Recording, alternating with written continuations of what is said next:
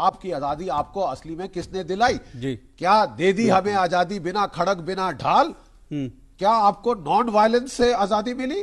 नहीं। प्लीज, जो उसके असली जो डिसीजन मेकर थे, लॉर्ड क्लेमेंट एटली जी, ब्रिटिश प्राइम मिनिस्टर, जब वो कलकत्ता आए 1956 में और हमारे स्टेट गवर्नर चक्रवर्ती साहब के साथ ठहरे, तो उन्होंने उनसे पूछा कि साहब, जो क्विट इंडिया मूवमेंट थी गांधी जी की 42 में शुरू हुई, 44 तक फेल हो चुकी थी, फिर आप गए क्यों?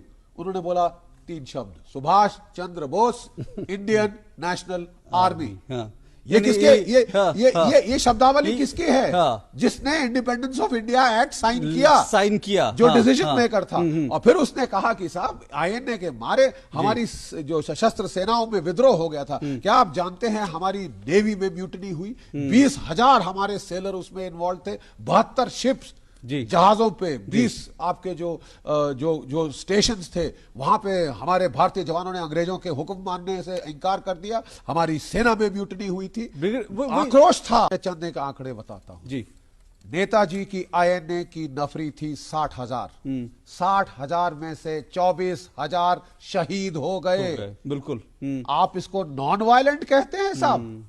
ये जो कहना कि बिना खड़ग बिना ढाल, एक तमाचा है।